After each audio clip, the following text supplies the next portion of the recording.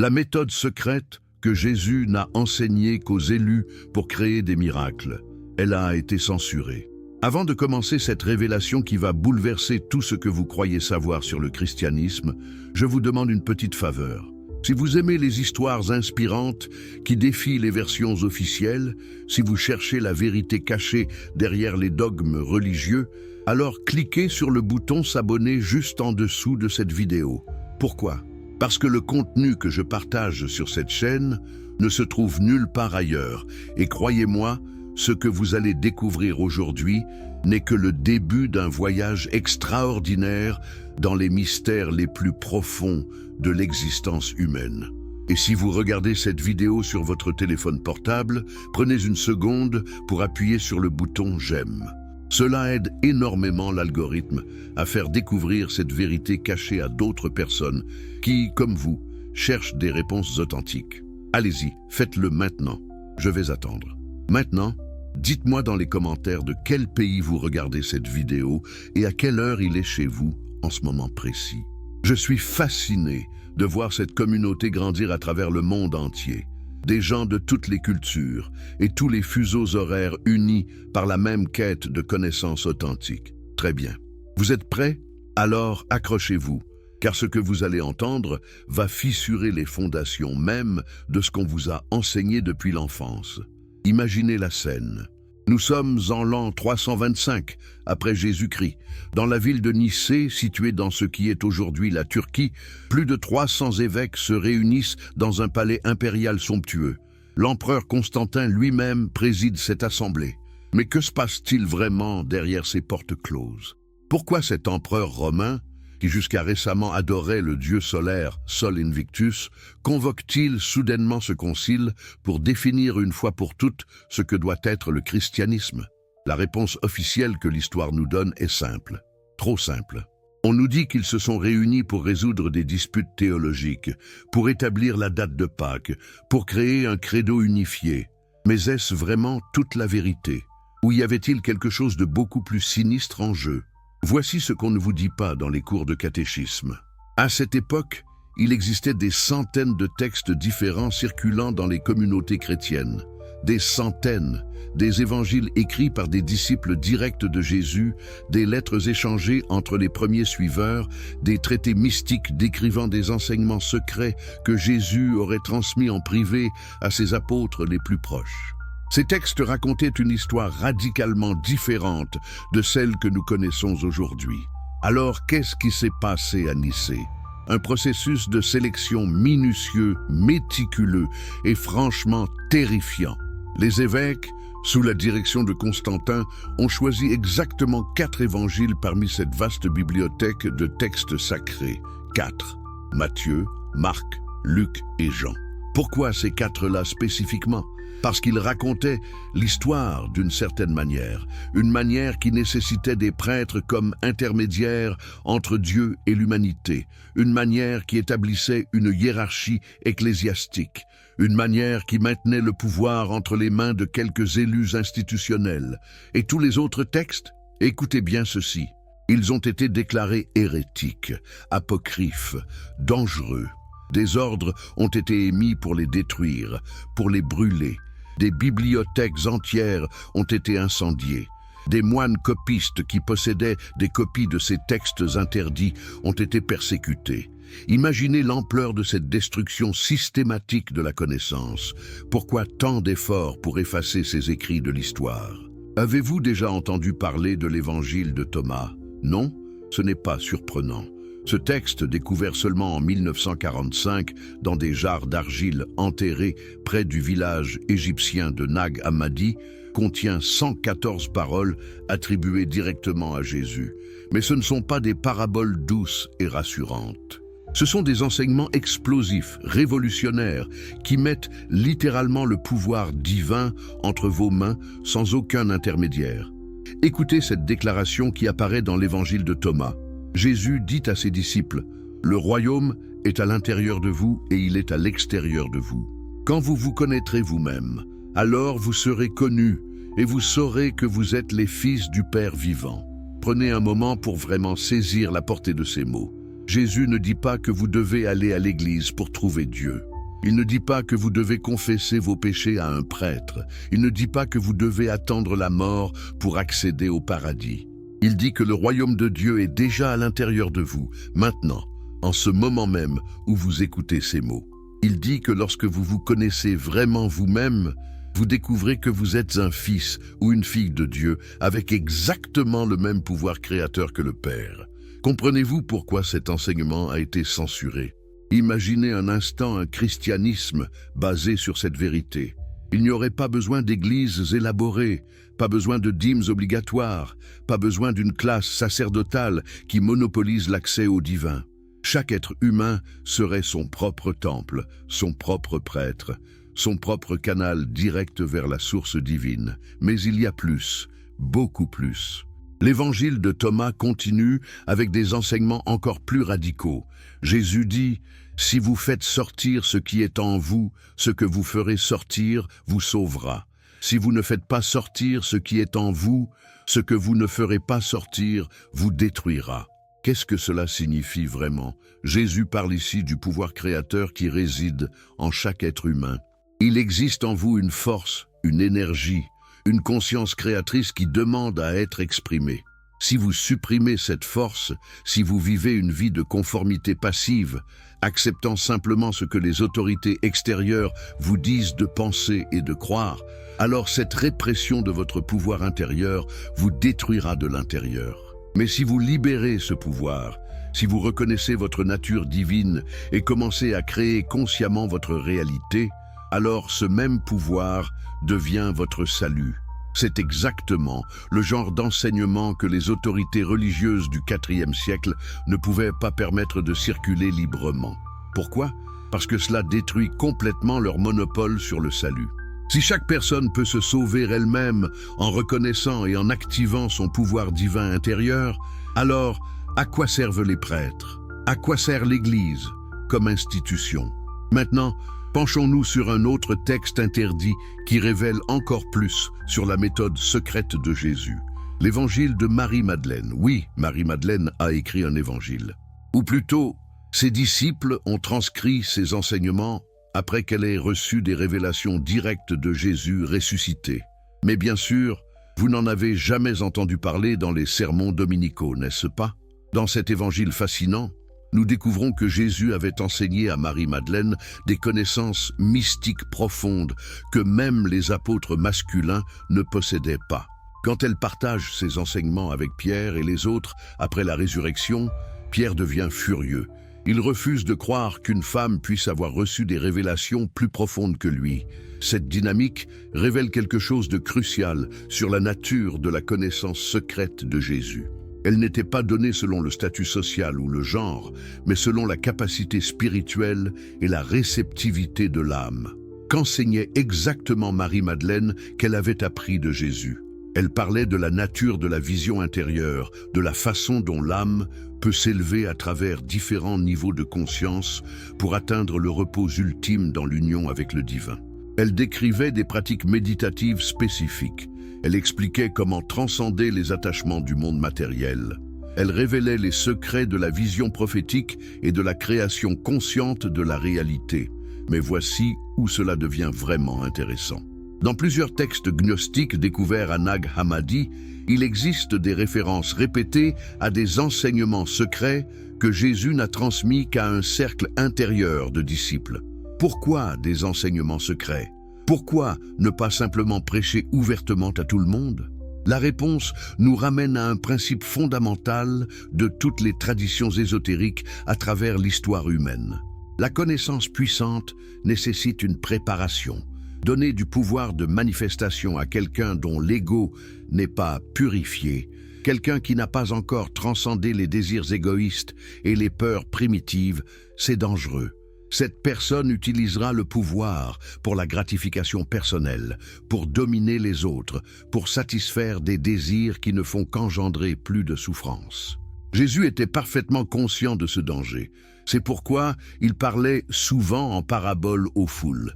Il donnait des histoires symboliques qui pouvaient être comprises à plusieurs niveaux selon le développement spirituel de l'auditeur. Mais pour ses disciples les plus proches, ceux qui avaient démontré leur engagement à la transformation personnelle profonde. Il révélait le sens caché derrière les paraboles. Il leur enseignait les mécanismes réels de comment la conscience crée la réalité. Réfléchissez à cette dynamique pendant un moment. Même parmi les 12 apôtres, il y avait une hiérarchie de connaissances. Pierre, Jacques et Jean formaient un cercle encore plus intime. Ce sont eux que Jésus a emmenés sur le mont de la transfiguration. Ce sont eux qui ont été témoins de sa transformation, quand son visage est devenu aussi brillant que le soleil et ses vêtements aussi blancs que la lumière. Que s'est-il réellement passé sur cette montagne? Les textes canoniques décrivent cet événement de manière assez vague et mystique.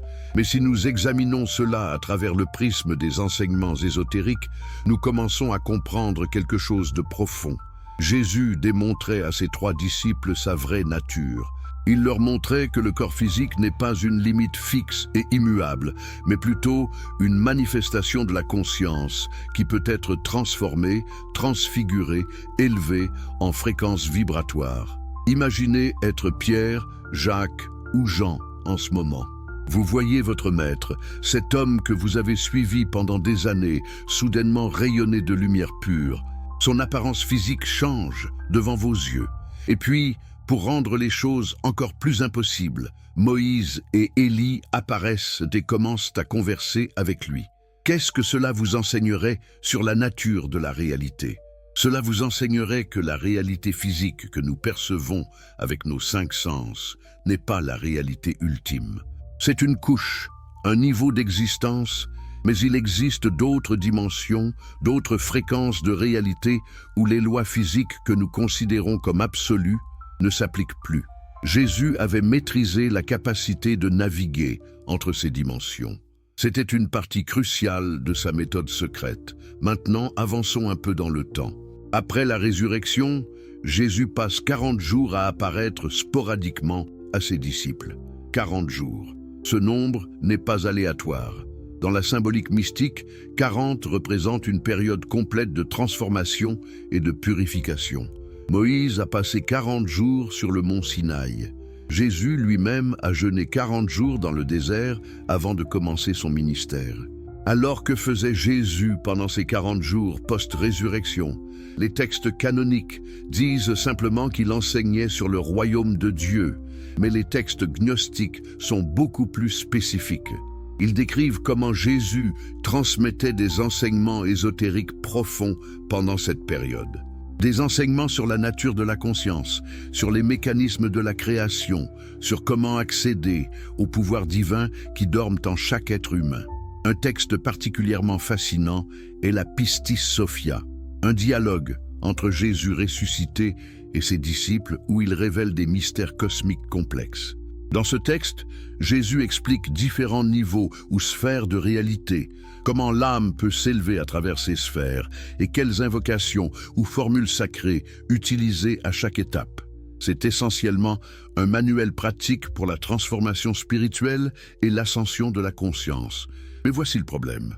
La Pistis Sophia et des dizaines de textes similaires n'ont jamais été inclus dans le canon biblique officiel.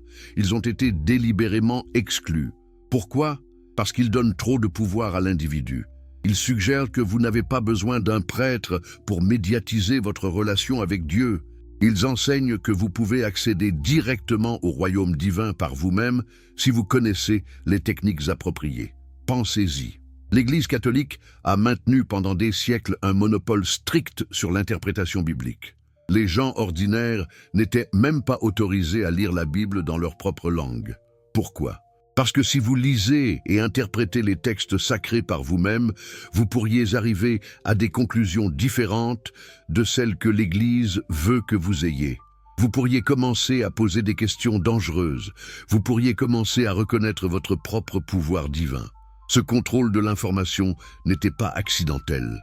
C'était une stratégie délibérée pour maintenir le pouvoir institutionnel. Et le concile de Nicée en 325, après Jésus-Christ, n'était que le début. Au fil des siècles suivants, il y a eu de nombreux autres conciles où les autorités ecclésiastiques ont continué à définir de plus en plus étroitement ce qui était considéré comme orthodoxe et ce qui était hérétique, l'hérésie. Parlons de ce mot pendant un moment. Savez-vous ce qu'il signifie réellement? Le mot vient du grec hérésis, qui signifie simplement choix ou opinion. Donc, une hérésie est littéralement juste une opinion différente. Mais, dans le contexte de l'Église médiévale, l'hérésie est devenue un crime punissable de mort. Des milliers, peut-être des millions de personnes ont été torturées et tuées pendant l'Inquisition pour avoir simplement eu des croyances différentes de la doctrine officielle. Quelles étaient certaines de ces croyances hérétiques? Les cathares du sud de la France croyaient que chaque personne avait une étincelle divine en elle et pouvait atteindre le salut par la purification personnelle sans avoir besoin de l'Église. Ils ont été systématiquement massacrés lors de la croisade albigeoise. Les Templiers, qui avaient peut-être découvert des textes anciens pendant les croisades révélant des vérités cachées sur Jésus, ont été arrêtés, torturés et brûlés sur le bûcher. Les gnostiques, qui enseignaient que la gnose ou connaissance directe de Dieu était possible pour chacun, ont été persécutés jusqu'à presque l'extinction. Voyez-vous le modèle ici? Chaque fois qu'un groupe enseigne que vous pouvez accéder directement au divin sans avoir besoin de l'Église comme intermédiaire, ce groupe est étiqueté comme hérétique et détruit. Ce n'est pas une coïncidence. C'est la suppression systématique de la méthode secrète de Jésus. Mais voici la bonne nouvelle, ils n'ont pas réussi à tout détruire. Certains textes ont survécu, cachés dans des grottes, enterrés dans des jarres, conservés par des sociétés secrètes. Et maintenant, à notre époque, nous avons accès à cette connaissance perdue. Les manuscrits de Nag Hammadi, découverts en 1945, nous ont redonné des dizaines de textes gnostiques. Les manuscrits de la Mer Morte, découverts à partir de 1947, nous ont donné un aperçu du judaïsme ésotérique qui existait à l'époque de Jésus. Des bibliothèques entières de textes mystiques chrétiens, juifs et hermétiques ont été redécouvertes et traduits. Donc maintenant, pour la première fois depuis près de 2000 ans, nous pouvons commencer à reconstituer la méthode secrète que Jésus enseignait à ses disciples élus. Et vous savez quoi? C'est absolument révolutionnaire. Cela change tout. Commençons par le concept le plus fondamental. Dans l'évangile de Thomas, Jésus dit « Si tu fais sortir ce qui est en toi, ce qui est en toi te sauvera. Si tu ne fais pas sortir ce qui est en toi, ce qui est en toi te détruira. » Nous avons déjà touché à cela, mais allons beaucoup plus profondément maintenant. Qu'est-ce exactement qui est en vous qui doit être exprimé? C'est votre nature divine, votre pouvoir créateur inhérent, votre connexion directe à la source de toute existence. Vous voyez, le christianisme orthodoxe enseigne que vous êtes fondamentalement pécheur, séparé de Dieu, et que vous avez besoin d'un sauveur extérieur pour vous racheter. Mais les enseignements secrets de Jésus disent exactement le contraire. Ils disent que vous n'avez jamais été séparé de Dieu. Vous êtes une expression individualisée de la conscience divine. Vous êtes littéralement fait de la même substance que Dieu. La seule chose qui vous empêche de reconnaître et d'exprimer cette divinité est votre conditionnement mental, vos croyances limitantes, votre identification avec l'ego au lieu de votre vraie nature. Écoutez attentivement cette prochaine partie car c'est absolument crucial. Jésus ne se considérait pas comme unique dans sa divinité. Il se considérait comme un exemple de ce que tous les humains pouvaient devenir. Dans l'évangile de Jean, il dit « En vérité, je vous le dis, celui qui croit en moi fera aussi les œuvres que je fais, et il en fera de plus grandes. » Lisez cette déclaration encore une fois lentement.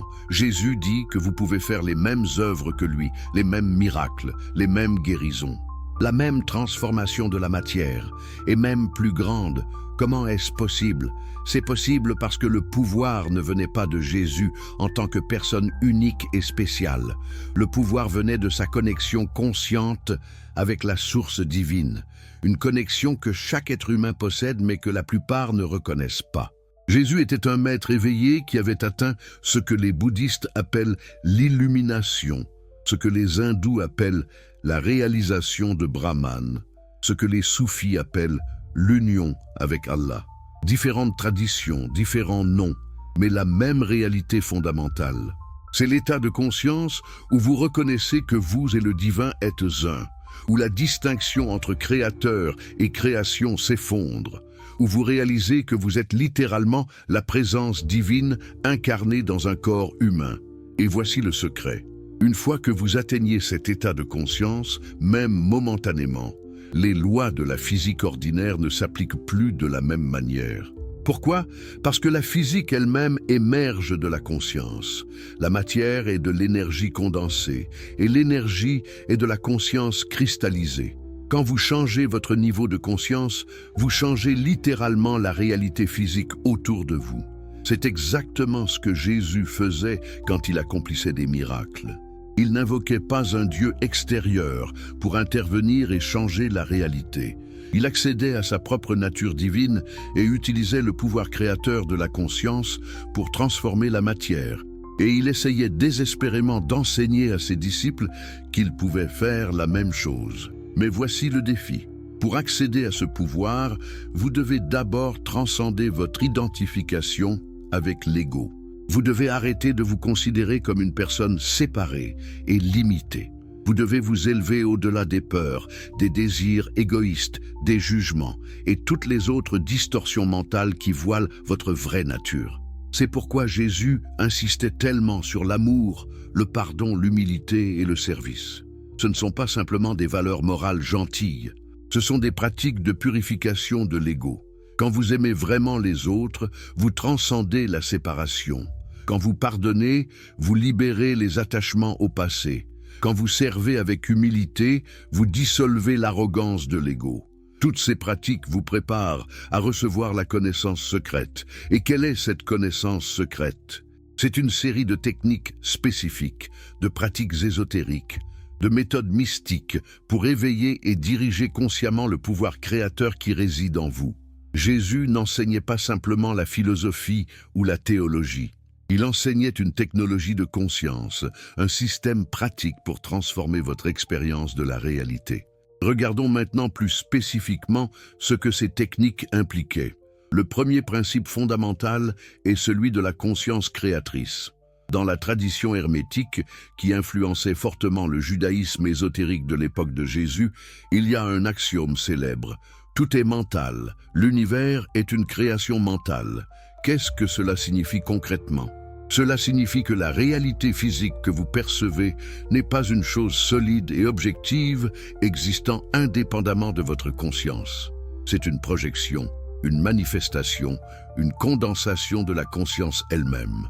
Votre esprit n'est pas dans votre corps, regardant passivement un monde extérieur. Votre esprit est le créateur actif du monde que vous expérimentez. Maintenant, la plupart des gens créent leur réalité inconsciemment. Ils ont des croyances inconscientes, des peurs inconscientes, des désirs inconscients qui façonnent constamment leur expérience sans qu'ils s'en rendent compte. C'est pourquoi leur vie semble être une série d'événements aléatoires qui leur arrivent. Ils sont comme des rêveurs qui ne savent pas qu'ils rêvent, créant continuellement le drame de leur vie sans en avoir conscience. Mais Jésus enseignait comment devenir un créateur conscient. Comment prendre le contrôle délibéré du processus créatif? Comment façonner intentionnellement votre réalité selon votre volonté la plus élevée, alignée avec le divin? La première étape de ce processus est ce que nous pourrions appeler l'éveil à votre vraie nature. Vous devez d'abord reconnaître que vous n'êtes pas ce corps physique limité. Vous n'êtes pas vos pensées, vous n'êtes pas vos émotions, vous n'êtes pas votre personnalité conditionnée. Toutes ces choses sont des expressions temporaires, des masques que vous portez. Votre vraie nature est la conscience pure elle-même, l'observateur éternel derrière toutes les expériences changeantes. Comment arriver à cette reconnaissance? Par la méditation profonde, par l'auto-enquête, par la contemplation constante de la question « Qui suis-je vraiment ?» Jésus passait de longues périodes seul dans la nature, souvent toute la nuit, à prier ou méditer. Ce n'était pas pour supplier Dieu de lui accorder des faveurs, c'était pour plonger profondément dans sa propre conscience et établir cette connexion intime avec sa vraie nature divine. Dans les textes gnostiques, il est mentionné que Jésus enseignait des pratiques méditatives spécifiques à ses disciples. Malheureusement, Ces pratiques ne sont décrites qu'en termes voilés et symboliques, car elles étaient considérées comme trop sacrées pour être écrites explicitement. Mais nous pouvons déduire certains éléments à partir des indices laissés dans les textes. Une pratique fondamentale semble avoir été ce que nous pourrions appeler la méditation de l'unité divine. Le disciple devait s'asseoir en silence, calmer complètement le mental, et ensuite contempler profondément la vérité « Je et le Père sommes un ». Ce n'est pas simplement répéter ces mots comme un mantra vide, c'est plonger dans la signification profonde de cette déclaration jusqu'à ce qu'elle devienne une réalisation vivante, une expérience directe, pas seulement une croyance intellectuelle. Imaginez pratiquer cela pendant des heures chaque jour. Imaginez laisser cette vérité pénétrer de plus en plus profondément dans chaque cellule de votre être. Imaginez le point où vous ne croyez plus simplement que vous et Dieu êtes un, mais où vous le savez avec une certitude absolue qui transcende tout doute. À ce moment-là, votre conscience subit une transformation radicale. Vous commencez à voir le monde complètement différemment. Et quand votre conscience change, votre pouvoir change. Vous commencez à réaliser que vous n'êtes pas victime des circonstances. Vous n'êtes pas à la merci d'un monde hostile. Vous êtes le créateur de votre expérience. Et si vous êtes le créateur, alors vous pouvez créer différemment. C'est là que la deuxième partie de la méthode secrète entre en jeu, l'utilisation consciente de la parole créatrice. Revenons à ce passage du début de l'évangile de Jean. Au commencement était le Verbe, et le Verbe était avec Dieu, et le Verbe était Dieu. Toutes choses ont été faites par lui, et rien de ce qui a été fait n'a été fait sans lui. Le Verbe, le Logos, la parole créatrice. C'est un concept qui apparaît dans presque toutes les traditions mystiques du monde. Dans la Kabbale juive, c'est le pouvoir des lettres hébraïques sacrées. Dans l'hindouisme, c'est le mantra Om, comme son primordial de la création. Dans le bouddhisme tibétain, ce sont les mantras et les syllabes sacrées qui ont le pouvoir de transformer la réalité. Mais qu'est-ce que cela signifie vraiment? Comment une simple parole peut-elle avoir le pouvoir de créer ou transformer la réalité physique? C'est là que nous devons comprendre quelque chose de fondamental sur la nature du son et de la vibration. Tout dans l'univers est vibration. La science moderne le confirme. La matière solide n'est pas réellement solide. Elle est composée d'atomes qui sont principalement de l'espace vide avec des électrons vibrants à des fréquences spécifiques. Différentes fréquences vibratoires créent différentes formes de matière. Changez la fréquence et vous changez la matière. Le son est vibration. Quand vous parlez, vous créez des ondes vibratoires qui se propagent dans l'espace. Mais ce n'est pas seulement une vibration physique. Les mots portent également une charge mentale et émotionnelle. Ils transportent l'intention, la croyance, l'énergie de la conscience derrière eux. Et cette combinaison de vibrations physiques plus charge consciente a le pouvoir réel de façonner la réalité. Jésus comprenait cela profondément. Regardez comment il accomplissait ses miracles. Il parlait, il commandait. « Lève-toi et marche. Sois guéri. Tais-toi et calme-toi aux vagues de la tempête. » Il ne suppliait pas. Il ne demandait pas la permission. Il déclarait avec autorité absolue. Et la réalité obéissait. Pourquoi la réalité obéissait-elle? Parce que la parole de Jésus n'était pas une simple parole ordinaire. C'était la parole prononcée depuis l'état de conscience de l'unité divine. Quand vous savez que vous et le Créateur êtes un, quand vous parlez depuis cet état de conscience élevé, vos mots portent le pouvoir créateur de l'univers lui-même. C'est ce que Jésus essayait d'enseigner à ses disciples. Il leur disait: si vous avez la foi et que vous ne doutez pas, non seulement vous ferez ce qui a été fait au figuier, mais même si vous disiez à cette montagne, ôte-toi de là et jette-toi dans la mer, cela se ferait. Arrêtez-vous et réfléchissez à cette déclaration extraordinaire. Jésus dit littéralement que vous pouvez commander aux montagnes de se déplacer et elles le feront. Est-ce une hyperbole, une métaphore? Où Jésus parlait-il littéralement du pouvoir que possède un être humain parfaitement éveillé? Je pense qu'il parlait littéralement, mais avec une condition critique que la plupart des gens manquent. Si vous avez la foi et que vous ne doutez pas. C'est là le secret. La foi n'est pas croire en quelque chose sans preuve. La foi est un état de conscience où le doute n'existe tout simplement pas. C'est une certitude absolue, une connaissance qui transcende la croyance. Comment cultivez-vous ce genre de foi? Vous ne pouvez pas la forcer intellectuellement. Vous ne pouvez pas simplement décider de croire quelque chose et vous attendre à ce que cela fonctionne. La vraie foi vient de l'expérience directe. Elle vient de plonger si profondément dans votre vraie nature que vous expérimentez directement votre unité avec la source créatrice. À ce moment-là, la foi n'est plus nécessaire parce que vous savez. Et une fois que vous savez, votre parole devient créatrice. Vous parlez depuis la source en tant que source et la réalité se conforme à votre parole parce que votre parole est la parole de Dieu elle-même s'exprimant à travers vous. C'est la méthode secrète. C'est le pouvoir que Jésus possédait et qu'il essayait désespérément de transmettre à ceux qui étaient prêts à le recevoir. Mais combien étaient vraiment prêts? Même parmi ses disciples les plus proches, combien ont vraiment compris et maîtrisé cet enseignement? Avez-vous remarqué quelque chose d'intéressant à ce sujet dans votre propre vie? Quand vous voulez vraiment quelque chose, vous suppliez, vous priez avec désespoir. Mais cette supplication désespérée vient du manque, de la peur, du doute. C'est l'énergie opposée de la création. La vraie création vient du lieu de plénitude, de certitude, de gratitude pour ce qui est déjà manifesté dans l'invisible avant même d'apparaître dans le visible. Vous avez aimé cette première partie de cette révélation? Nous venons seulement de commencer à gratter la surface de la méthode secrète de Jésus.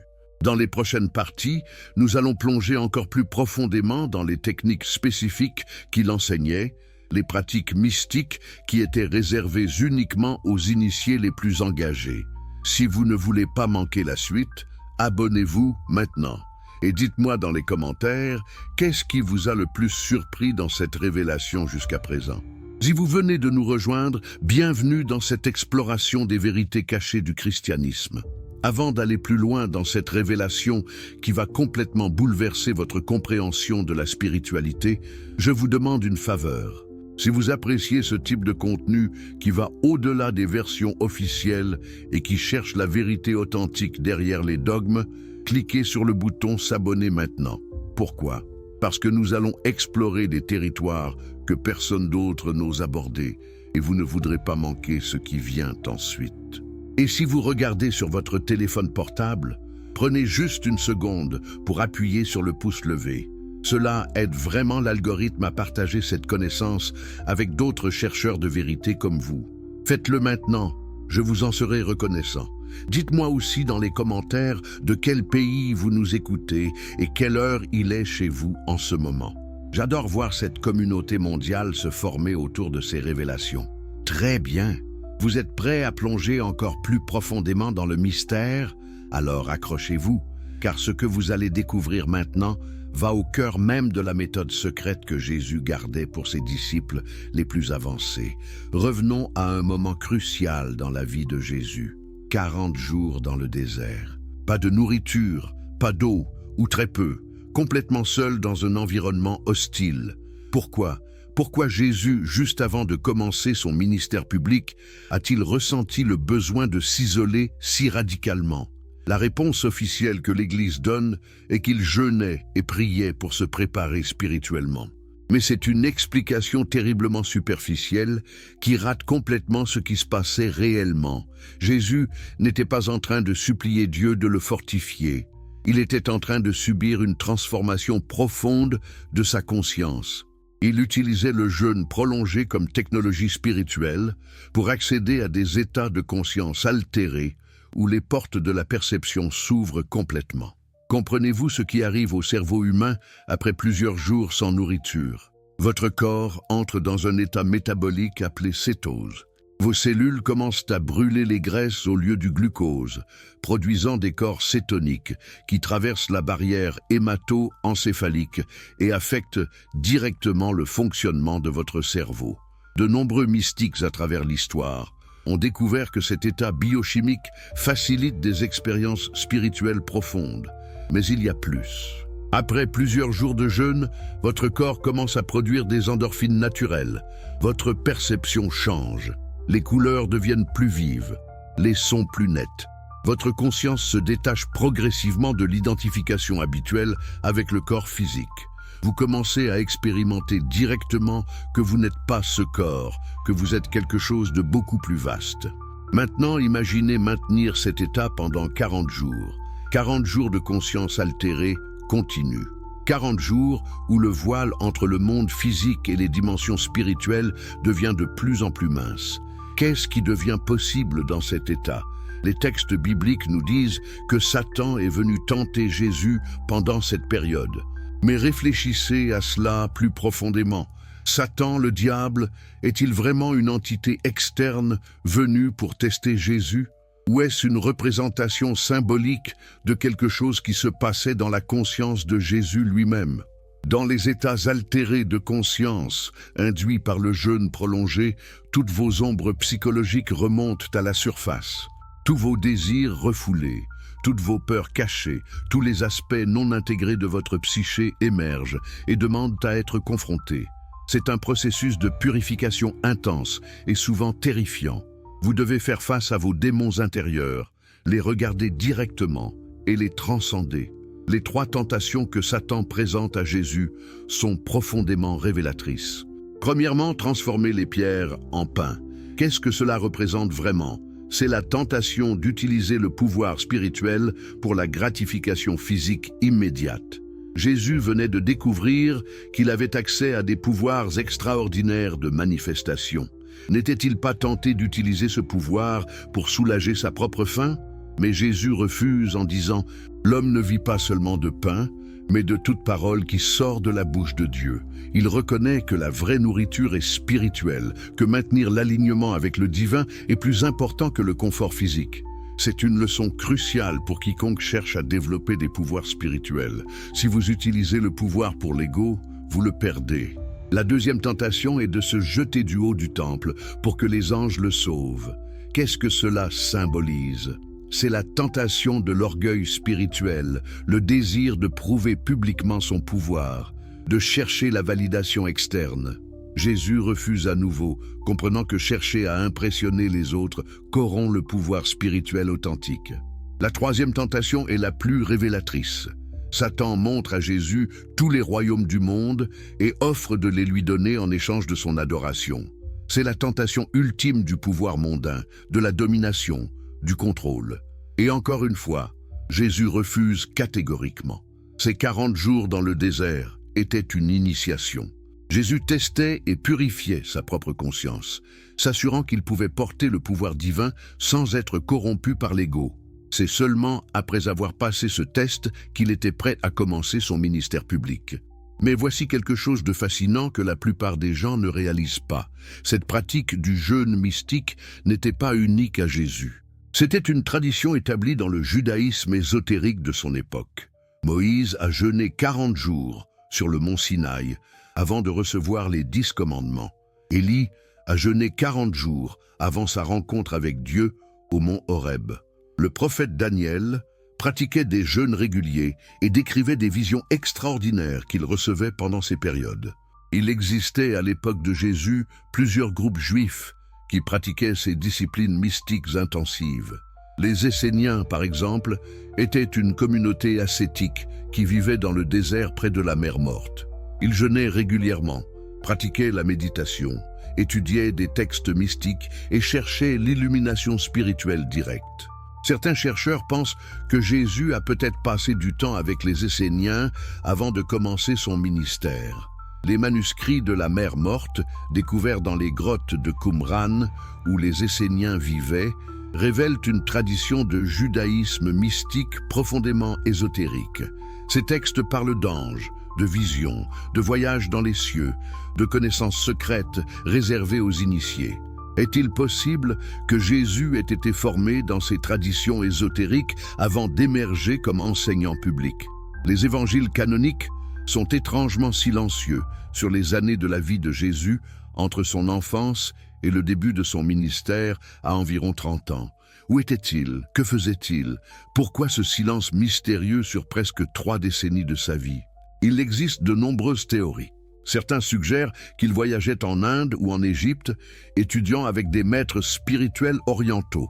D'autres pensent qu'il restait en Israël, mais étudiait secrètement avec des groupes mystiques comme les Esséniens. Ce qui est certain, c'est que quand Jésus apparaît finalement dans les évangiles, il possède déjà une maîtrise extraordinaire de pouvoirs spirituels. Il ne les développe pas graduellement pendant son ministère. Il les possède dès le début. Cela suggère fortement qu'il avait subi une formation intensive quelque part avec quelqu'un. Il avait appris des techniques spécifiques, pratiqué des disciplines mystiques et atteint un niveau de conscience qui lui donnait accès à ce que nous appelons des pouvoirs miraculeux. Maintenant, penchons-nous sur ces pratiques plus spécifiquement. Qu'est-ce que Jésus enseignait exactement à ses disciples choisis sur comment utiliser le jeûne pour la transformation spirituelle? D'abord, il est crucial de comprendre que le jeûne dans la tradition mystique n'est pas simplement s'abstenir de nourriture. C'est un jeûne multidimensionnel. Oui, vous jeûnez de nourriture pour purifier le corps et altérer la chimie du cerveau. Mais vous jeûnez aussi de pensées négatives, de jugement, de colère, de ressentiment. Vous jeûnez de distractions, d'entertainement superficiel, de conversations vides. Vous créez un espace de silence profond où la voix intérieure du divin peut finalement être entendue. Dans l'évangile de Thomas, il y a un passage fascinant où les disciples demandent à Jésus s'il devrait jeûner et comment il devrait prier. Jésus répond d'une manière qui semble contradictoire aux enseignements de l'Église. Il dit « Ne mentez pas et ne faites pas ce que vous détestez ». Cette réponse semble n'avoir aucun rapport avec la question, mais en réalité, elle va au cœur du véritable jeûne mystique. Le vrai jeûne n'est pas un rituel externe que vous accomplissez pour impressionner Dieu ou gagner des faveurs. C'est une pratique de vérité radicale et d'alignement avec votre nature authentique.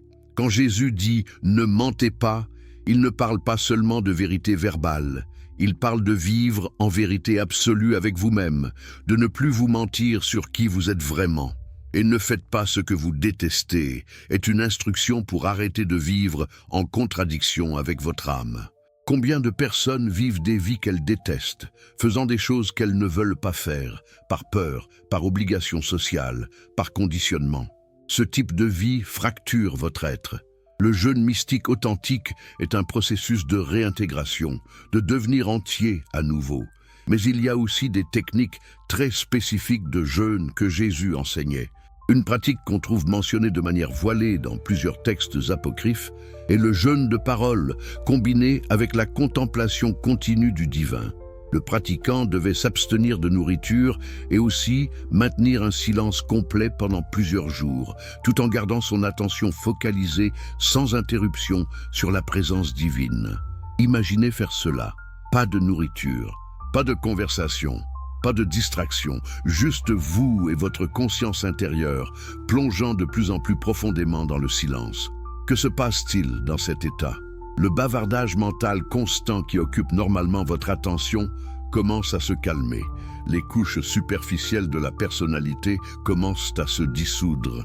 Et progressivement, vous commencez à toucher quelque chose de beaucoup plus profond.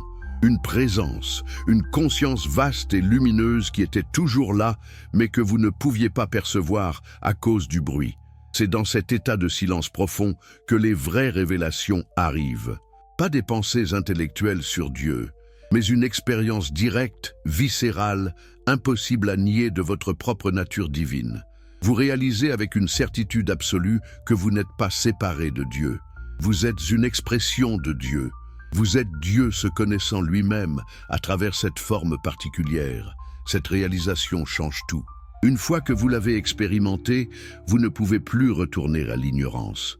Vous savez, et ce savoir transforme votre relation avec la réalité. Maintenant, parlons du rôle crucial de la respiration dans ces pratiques mystiques. Avez-vous déjà remarqué comment votre respiration change selon votre état émotionnel? Quand vous êtes anxieux, votre respiration est rapide et superficielle. Quand vous êtes calme, elle est lente et profonde. La respiration est le pont entre le conscient et l'inconscient, entre le volontaire et l'involontaire, entre le corps et l'esprit. Les mystiques de toutes les traditions ont découvert que vous pouvez utiliser la respiration intentionnellement pour altérer votre état de conscience. En changeant délibérément votre pattern respiratoire, vous changez votre chimie sanguine, votre activité cérébrale, votre état émotionnel et finalement votre conscience elle-même. Il y a des preuves dans plusieurs textes apocryphes que Jésus enseignait des techniques respiratoires spécifiques à ses disciples. Ces techniques ne sont jamais décrites en détail explicite parce qu'elles étaient considérées comme trop sacrées pour être écrites ouvertement. Mais il y a des allusions, des indices, des descriptions symboliques qui nous permettent de reconstituer ce qui était enseigné.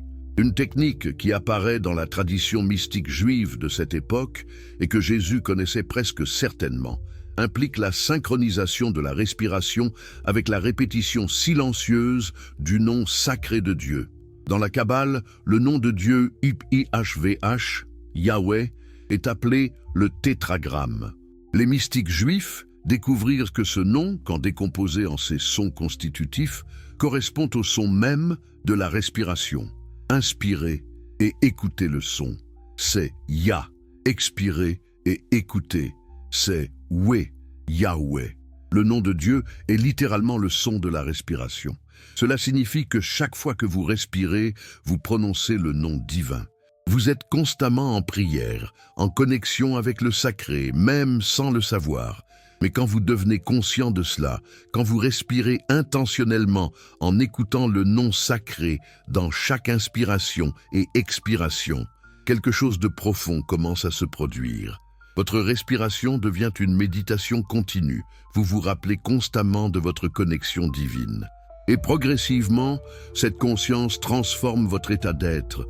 Jésus enseignait probablement des variations de cette pratique à ses disciples. Il leur enseignait à respirer consciemment, à synchroniser la respiration avec des mantras ou des prières sacrées, à utiliser la respiration pour calmer le mental et ouvrir le cœur. Une autre technique respiratoire qu'on trouve dans de nombreuses traditions mystiques est l'utilisation de ratios spécifiques d'inspiration, de rétention et d'expiration. Par exemple, inspirer pendant 4 comptes, retenir pendant 7 comptes, expirer pendant 8 comptes. Ou inspirer pendant 1 compte, retenir pendant 4 comptes, expirer pendant 2 comptes. Ces ratios spécifiques ont des effets particuliers sur le système nerveux et l'état de conscience. Pourquoi ces techniques étaient-elles gardées secrètes? Parce qu'elles sont puissantes. Utilisées correctement, elles peuvent induire des états de transe profonde, des expériences mystiques, même des états où les frontières normales de la conscience se dissolvent complètement. Mais utilisées incorrectement, sans préparation et sans guidance appropriée, elles peuvent être déstabilisantes, voire dangereuses. C'est pourquoi Jésus ne partageait pas ses pratiques avec tout le monde. Il choisissait soigneusement ceux qui recevraient ses enseignements, s'assurant qu'ils étaient suffisamment mûrs spirituellement, suffisamment disciplinés et suffisamment motivés par des intentions pures. Pensez à Pierre, Jacques et Jean, le cercle intérieur parmi les 12 apôtres. Pourquoi ces 3-là spécifiquement? Qu'est-ce qui les distinguait des autres? Il doit y avoir eu quelque chose dans leur dévouement, leur capacité d'absorption, leur résonance avec les enseignements profonds, qui a fait que Jésus leur faisait particulièrement confiance. Ces 3 disciples ont été témoins de la transfiguration sur le mont Tabor. Ils ont vu Jésus se transformer, rayonner de lumière, converser avec Moïse et Élie. Était-ce une vision collective qu'ils ont partagée? Était-ce un événement physique réel? Ou était-ce quelque chose entre les deux, une réalité sur un plan différent de l'ordinaire? Ce qui est certain, c'est que cette expérience les a profondément marqués. Pierre, dans sa confusion et son émerveillement, veut construire 3 tentes, une pour Jésus, une pour Moïse, une pour Élie. Il veut préserver le moment, le rendre permanent. Mais une voix venant d'une nuée dit « Celui-ci est mon fils bien-aimé, écoutez-le, écoutez-le ». C'est l'instruction clé. Ne cherchez pas à capturer l'expérience, ne cherchez pas à la figer dans une structure externe. Écoutez l'enseignement, absorbez la sagesse, intégrez la transformation. Après cet événement, Jésus leur ordonne de ne parler à personne de ce qu'ils ont vu jusqu'après sa résurrection. Pourquoi ce secret? Parce que l'expérience était trop extraordinaire, trop en dehors du cadre de référence ordinaire, pour être comprises par ceux qui n'étaient pas préparés. Si Pierre, Jacques et Jean avaient parlé de cela prématurément, ils auraient été ridiculisés, ou pire, accusés de folie ou de possession démoniaque. Les expériences mystiques profondes ont toujours dû être gardées secrètes pour cette raison. La conscience ordinaire ne peut pas comprendre ou accepter ce qui se passe dans les états de conscience élevés. C'est comme essayer de décrire les couleurs à quelqu'un qui est né aveugle. Les mots sont inadéquats. L'expérience est tellement au-delà du cadre conceptuel normal qu'elle semble impossible, irréelle. Mais pour ceux qui ont l'expérience directe, il n'y a aucun doute. Ils savent, et ce savoir devient le fondement inébranlable de leur foi et de leur pratique spirituelle. Maintenant, explorons un autre aspect crucial de la méthode secrète de Jésus, le pouvoir de la visualisation consciente et de l'imagination créatrice. Avez-vous déjà entendu l'expression « la foi qui déplace les montagnes » ? D'où vient-elle ? De Jésus lui-même. Dans l'évangile de Matthieu, Jésus dit « Si vous avez de la foi comme un grain de sénévé, vous direz à cette montagne « Transporte-toi d'ici là » et elle se transportera, rien ne vous sera impossible. Un grain de sénévé, c'est la plus petite des graines. Pourquoi Jésus utilise-t-il cette image ? Parce qu'il ne parle pas de la quantité de foi, mais de la qualité. Même la plus petite quantité de foi authentique, de certitude absolue, de conviction inébranlable a un pouvoir créateur illimité. Mais qu'est-ce que la foi vraiment ? L'Église l'a réduite à croire en des doctrines, accepter des dogmes. Mais dans les enseignements ésotériques de Jésus, la foi est quelque chose de complètement différent. C'est un état de conscience où vous voyez déjà la réalité que vous voulez créer comme étant réelle maintenant. Écoutez attentivement cette instruction de Jésus dans l'évangile de Marc. Tout ce que vous demandez en priant, croyez que vous l'avez reçu et vous le verrez s'accomplir. Notez le temps du verbe. Pas « vous le recevrez dans le futur ». Pas « peut-être que vous le recevrez si vous êtes assez bon ». Croyez que vous l'avez déjà reçu, temps passé. C'est déjà fait dans la dimension invisible, et maintenant cela va se manifester dans la dimension visible. Comment croyez-vous que vous avez déjà reçu quelque chose que vous ne voyez pas encore physiquement? C'est là que la visualisation entre en jeu. Vous créez dans votre imagination une image mentale, si claire, si détaillée, si réelle de ce que vous désirez, que votre subconscient ne peut pas faire la différence entre l'image et la réalité physique. Jésus maîtrisait parfaitement cet art. Avant de multiplier les pains, qu'a-t-il fait? Il a regardé vers le ciel. Qu'était-il en train de faire? Probablement visualiser l'abondance qu'il était sur le point de manifester. Puis il a donné grâce, comme si le miracle était déjà accompli. Puis il a rompu le pain et commencé à distribuer avec une foi absolue que la multiplication se produirait. Et elle s'est produite. 5 pains et 2 poissons ont nourri 5000 hommes, sans compter les femmes et les enfants. Comment est-ce physiquement possible? Si nous regardons cela avec notre logique ordinaire, c'est impossible. Mais si nous comprenons les principes de la conscience créatrice que Jésus enseignait, cela devient compréhensible, sinon facilement reproductible. La matière n'est pas solide. C'est de l'énergie. Et l'énergie suit la conscience. Quand vous visualisez quelque chose avec une conviction absolue, en étant dans un état de conscience élevé, vous créez littéralement un patron énergétique que la matière suit. Vous ordonnez à l'énergie de se condenser sous une forme particulière. Jésus enseignait à ses disciples choisis comment faire cela. Il leur enseignait à visualiser le résultat désiré avec une clarté parfaite, à le voir comme déjà réel, à le sentir avec tout leur sens intérieur, à générer l'émotion de gratitude et de joie comme s'ils l'avaient déjà reçue. Et puis à maintenir cette vision et ce sentiment jusqu'à ce que la manifestation physique se produise. Mais voici le défi. La plupart des gens ne peuvent pas maintenir la vision. Ils visualisent pendant quelques secondes ou minutes, puis le doute entre, puis la peur. Puis ils regardent la réalité physique actuelle et disent « ça ne fonctionne pas, je ne vois rien changer ». Et ce doute annule immédiatement le processus créateur. C'est pourquoi Jésus insistait tellement sur la foi sans doute.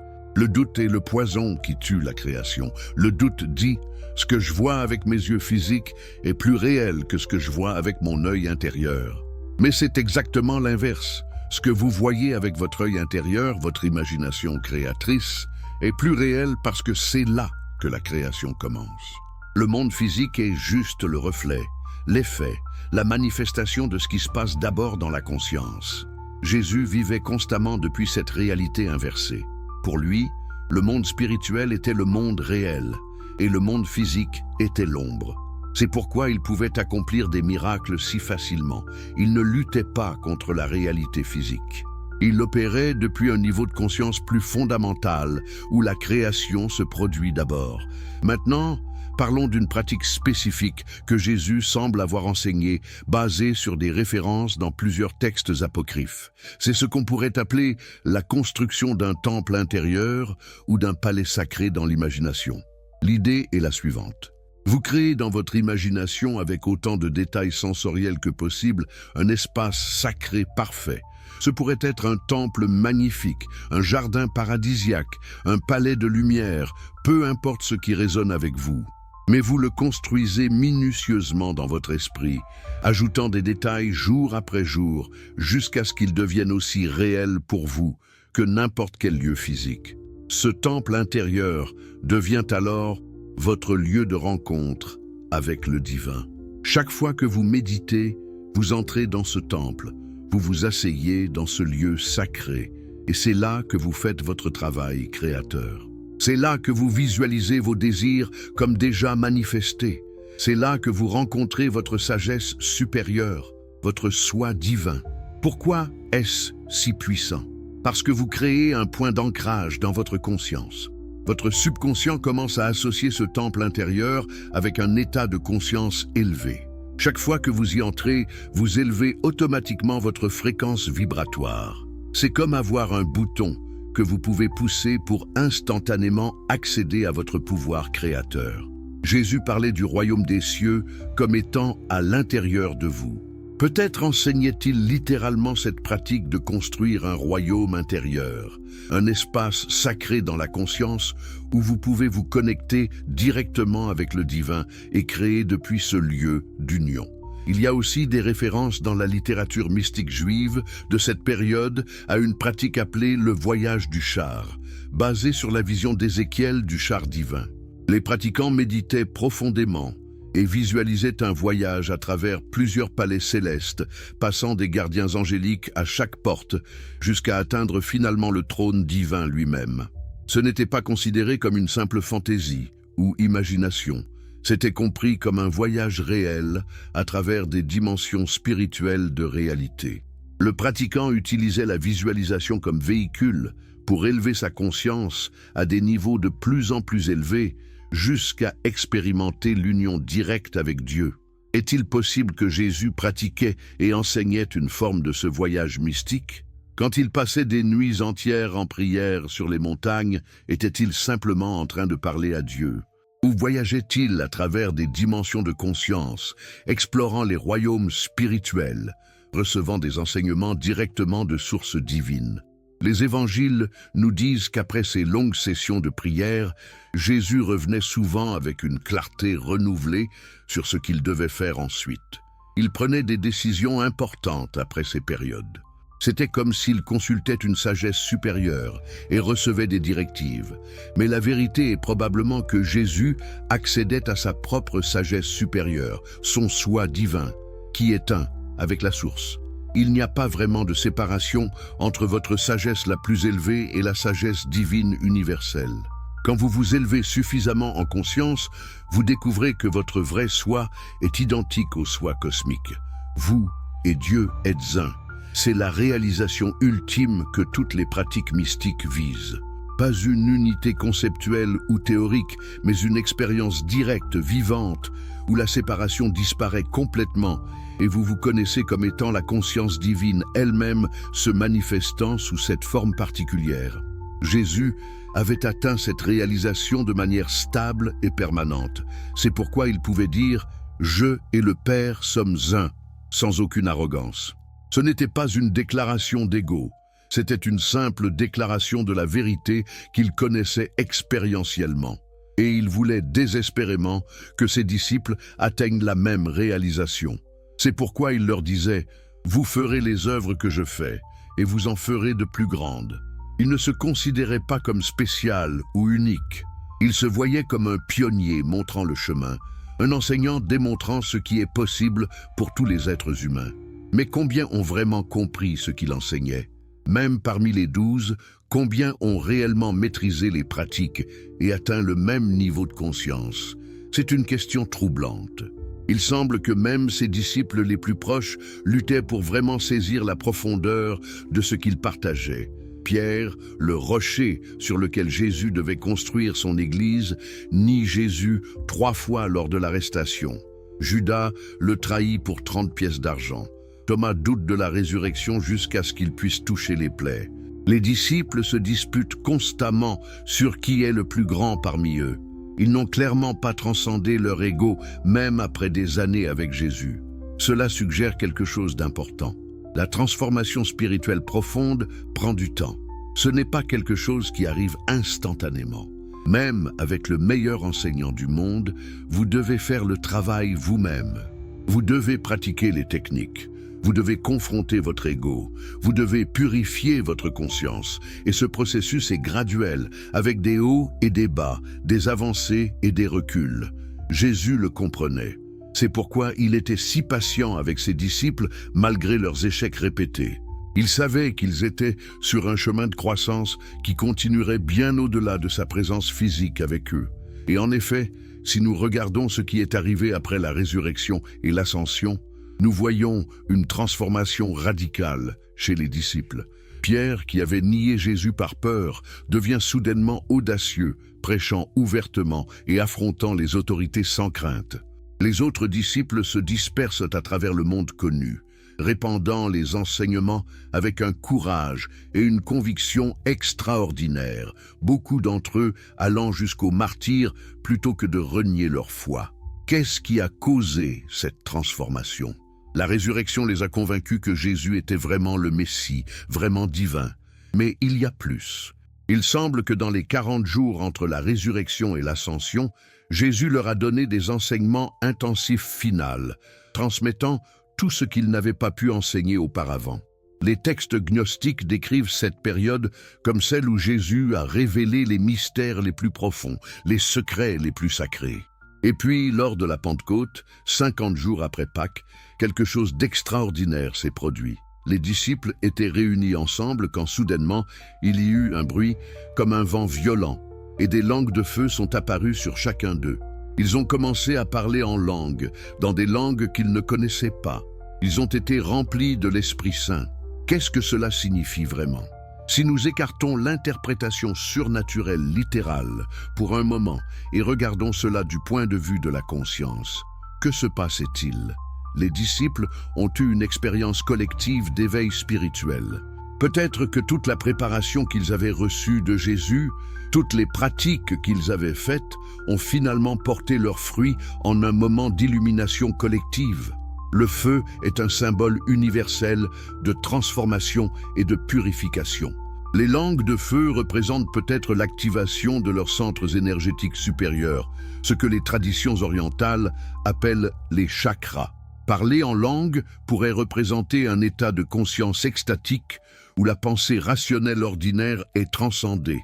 Ce qui est certain, c'est qu'après cet événement, les disciples n'étaient plus les mêmes. Ils avaient accédé à quelque chose de profond. Ils avaient expérimenté directement le pouvoir divin que Jésus avait essayé de leur enseigner. Et maintenant, ils pouvaient le transmettre aux autres. Mais voici où les choses deviennent problématiques. Au fil des décennies et des siècles suivants, ces enseignements secrets ont été progressivement perdus ou déformés. L'Église institutionnelle qui s'est formée a choisi d'emphasiser la foi en Jésus comme sauveur externe, plutôt que l'enseignement de Jésus sur l'éveil de votre propre divinité intérieure. Pourquoi?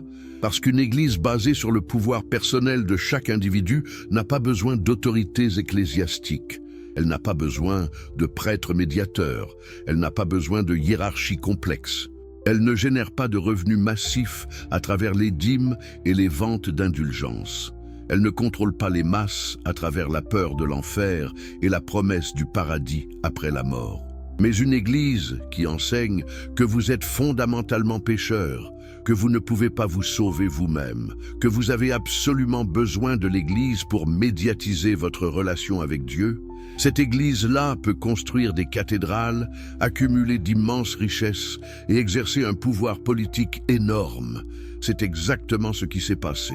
Et dans le processus, la méthode secrète de Jésus, les pratiques ésotériques qu'il enseignait pour l'éveil spirituel direct, ont été enterrées, censurées, déclarées hérétiques. Seulement quelques groupes ont maintenu la tradition vivante underground. Des ordres mystiques chrétiens comme les gnostiques initialement, puis plus tard des groupes comme les Cathars, certains courants soufis, des sociétés secrètes comme les Rose-Croix et certaines branches de la franc-maçonnerie. Tous gardaient des aspects de la connaissance secrète, la transmettant discrètement d'initié à initié, attendant le temps où elle pourrait être révélée plus ouvertement à nouveau. Et maintenant, nous sommes dans ce temps. La découverte des manuscrits de Nag Hammadi et de la Mer Morte a rendu public des textes qui avaient été cachés pendant 2 millénaires. La science moderne, particulièrement la physique quantique et la neuroscience, valide de nombreux principes que les mystiques ont toujours enseignés. L'ère de l'information permet le partage libre de connaissances qui étaient auparavant strictement contrôlées. Vous vivez à un moment extraordinaire de l'histoire humaine. Vous avez accès à des enseignements qui auraient pu vous faire brûler sur le bûcher il y a quelques siècles. La question est, qu'allez-vous faire avec cette connaissance ? Allez-vous simplement la consommer comme de l'information intéressante et puis continuer votre vie comme avant ? Ou allez-vous réellement pratiquer ces méthodes, tester ces principes et entreprendre le voyage de transformation que Jésus invitait ses disciples à faire ? La méthode secrète n'est plus secrète. Elle est disponible pour quiconque a des yeux pour voir et des oreilles pour entendre. Mais avoir l'information n'est pas la même chose que maîtriser la pratique. Vous devez faire le travail. Vous devez méditer quotidiennement. Vous devez jeûner régulièrement pour purifier votre corps et élever votre conscience. Vous devez pratiquer la visualisation créatrice. Vous devez cultiver la foi, sans doute. Et peut-être le plus important, vous devez purifier votre ego. Vous devez transcender la peur, la colère, la jalousie, l'arrogance et toutes les autres distorsions qui voilent votre vraie nature. Cela nécessite une honnêteté radicale avec vous-même et un engagement à la croissance personnelle profonde. Ce n'est pas un chemin facile. Jésus n'a jamais promis que ce serait facile. Il a promis que ce serait transformateur.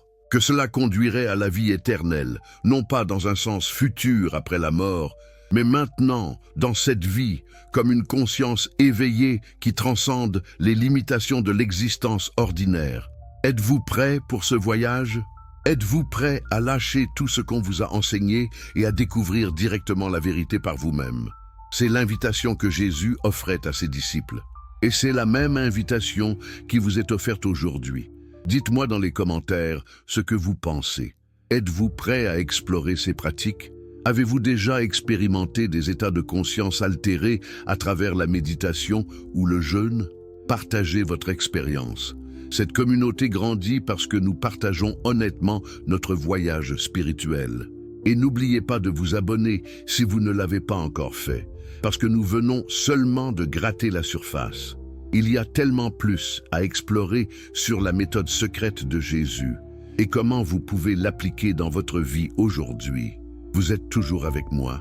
Parfait, parce que maintenant nous allons plonger dans la partie la plus fascinante de cette révélation.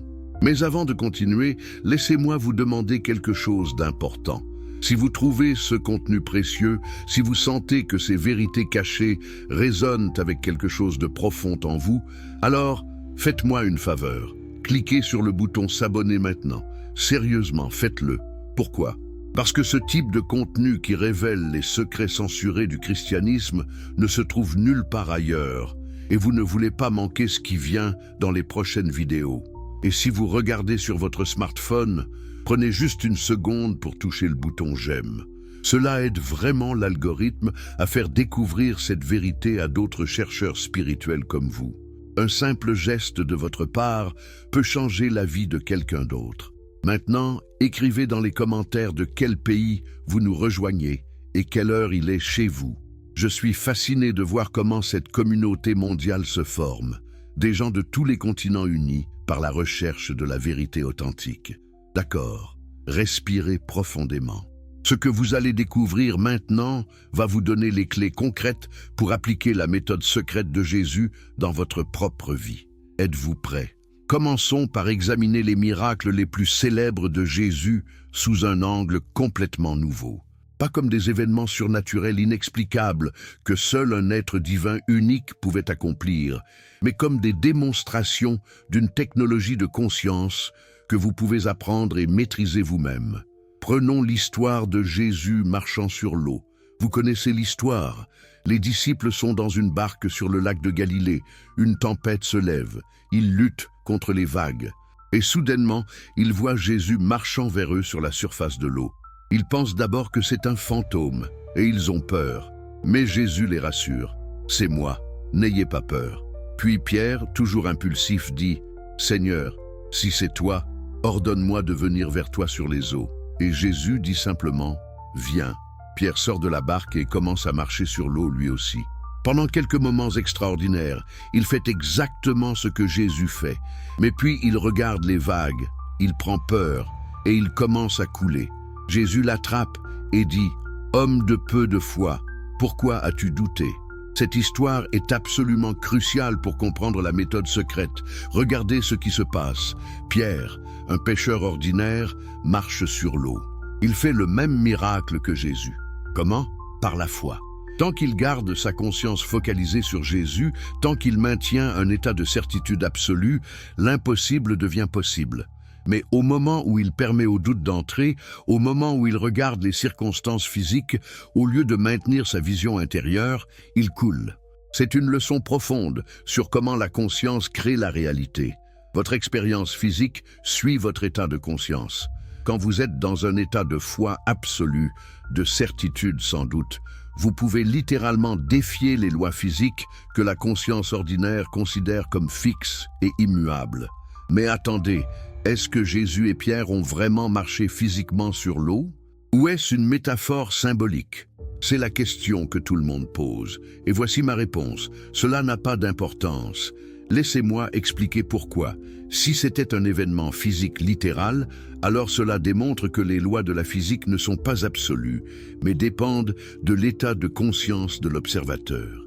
La gravité, la densité, la solidité, toutes ces propriétés que nous considérons comme objectives et fixes sont en réalité des constructions de conscience qui peuvent être transcendées par un être suffisamment éveillé. Si c'était une parabole symbolique, alors l'eau représente le subconscient, le domaine des émotions et des pensées fluides et changeantes. Marcher sur l'eau signifie avoir une maîtrise totale de votre monde intérieur, ne pas être submergé par les émotions négatives ou les pensées chaotiques. Et cela aussi est un miracle, un accomplissement extraordinaire de conscience qui transforme complètement votre expérience de vie. Dans les deux cas, le message est le même. La conscience est primaire, la réalité physique est secondaire. Changez votre conscience et vous changez votre réalité. Maintenant, allons plus profondément. Qu'est-ce que l'eau représente vraiment dans la symbolique mystique? L'eau est le symbole universel de l'inconscient, du monde des émotions, de ce qui est fluide et sans forme. La plupart des gens sont submergés par leurs émotions. Ils sont jetés d'un côté à l'autre par leurs humeurs changeantes. Ils sont victimes de leurs peurs, de leurs anxiétés, de leurs désirs incontrôlés. Mais Jésus marchait au-dessus de l'eau. Il n'était pas submergé. Il avait transcendé l'identification avec le monde émotionnel. Il pouvait observer ses émotions sans être contrôlé par elles. C'est un état de conscience appelé équanimité dans le bouddhisme, témoin dans l'hindouisme, présence dans l'enseignement moderne de la pleine conscience. Comment atteignez-vous cet état? Par la pratique méditative constante, par l'observation de vos pensées et émotions, sans jugement et sans identification. Vous apprenez progressivement à être la conscience qui observe plutôt que les contenus observés. Vous devenez comme Jésus marchant sur l'eau plutôt que comme les disciples luttant dans la barque. Mais il y a une couche encore plus profonde à cette histoire. La tempête elle-même, d'où vient-elle? Dans une interprétation ésotérique, la tempête représente le chaos de la conscience non éveillée. C'est l'agitation mentale constante, le bavardage incessant du mental, les drames émotionnels que nous créons. Et qu'est-ce que Jésus fait avec la tempête? Il commande « Silence, calme-toi » et immédiatement, il y a un grand calme. Jésus démontre ici le pouvoir de la parole autoritaire prononcée depuis un état de conscience élevé. Il ne supplie pas la tempête d'arrêter. Il ne négocie pas avec elle. Il commande et la réalité obéit. Pourquoi? Parce que sa parole porte le pouvoir créateur de la conscience divine elle-même. Et regardez la réaction des disciples. Ils sont terrifiés. Qui est donc cet homme pour que même le vent et la mer lui obéissent? Ils ne comprennent pas encore que Jésus fait simplement ce qu'ils pourraient tous faire s'ils atteignaient le même niveau de conscience. Ils le voient encore comme spécial, unique, autre. Ils n'ont pas encore saisi que le pouvoir qu'ils démontrent est le même pouvoir qui dort en eux, attendant d'être éveillé. C'est exactement le problème avec le christianisme orthodoxe. Il a fait de Jésus un être tellement unique, tellement divin, tellement au-delà de l'humanité ordinaire, que personne ne pense même qu'il est possible de suivre réellement ses traces. Vous êtes encouragés à adorer Jésus, à croire en lui, à le prier. Mais vous n'êtes pas encouragés à devenir comme lui, à développer les mêmes pouvoirs, à atteindre le même niveau de conscience. Mais c'est exactement ce que Jésus voulait. Il voulait que vous deveniez comme lui. Il voulait que vous découvriez que vous aussi, vous êtes un fils ou une fille de Dieu avec le même potentiel divin. Il était un enseignant, pas un sauveur externe. Il montrait le chemin, il ne le parcourait pas à votre place. Passons maintenant à un autre miracle extraordinaire. La multiplication des pains et des poissons. Jésus prend 5 pains et 2 poissons, nourrit 5000 hommes, plus les femmes et les enfants, et il reste 12 paniers pleins de restes. Comment est-ce physiquement possible? Encore une fois, nous pouvons interpréter cela à plusieurs niveaux. Au niveau littéral, si c'est arrivé exactement comme décrit, alors Jésus a démontré un contrôle complet sur la matière au niveau quantique. Il a compris que la matière n'est que de l'énergie condensée et que l'énergie peut être réarrangée, multipliée, transformée par la conscience. La physique quantique nous dit que l'observateur affecte l'observé. Au niveau subatomique, les particules existent dans un état de possibilités multiples, jusqu'à ce qu'elles soient observées. L'acte d'observation fait qu'elles s'effondrent en une réalité spécifique. Si vous comprenez vraiment ce principe et que vous pouvez l'appliquer consciemment, alors vous pouvez littéralement créer de la matière à partir du champ quantique de potentialité pure. C'est ce que Jésus faisait. Il regardait 5 pains et il voyait dans sa conscience élevée l'abondance infinie disponible dans le champ quantique. Il ne voyait pas la limitation. Il voyait la possibilité. Et par son intention focalisée et sa foi absolue, il matérialisait cette possibilité. Mais il y a aussi une interprétation métaphorique profonde. Le pain dans les traditions mystiques représente la nourriture spirituelle, la sagesse, la connaissance. Jésus ne nourrissait pas seulement les corps physiques de ces 5000 personnes, il nourrissait leurs âmes avec ses enseignements. Et voici le miracle, la sagesse spirituelle ne diminue pas quand elle est partagée, elle se multiplie. Quand vous donnez de l'argent, vous en avez moins. Quand vous donnez de la nourriture physique, vous en avez moins. Mais quand vous donnez de la sagesse, de l'amour, de la compassion, vous ne perdez rien. Au contraire, cela grandit. Plus vous donnez, plus vous avez. C'est la loi paradoxale de l'abondance spirituelle. Et notez ce que Jésus fait avant de distribuer le pain. Il regarde vers le ciel et rend grâce. Il entre dans un état de gratitude. Pourquoi? Parce que la gratitude est la fréquence émotionnelle qui ouvre les portes de l'abondance. Quand vous êtes reconnaissant, vous vous alignez avec la conscience que vous avez déjà tout ce dont vous avez besoin.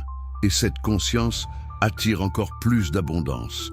C'est un principe crucial de la méthode secrète de Jésus. Vous devez être reconnaissant pour ce que vous désirez avant même de l'avoir physiquement. La gratitude anticipée signale à l'univers que vous vous considérez déjà comme ayant reçu la bénédiction. Et l'univers, qui ne fait que refléter votre conscience, vous donne l'expérience qui correspond à votre état intérieur. La plupart des gens font l'inverse. Ils regardent leurs circonstances actuelles de manque ou de limitation et ils se plaignent.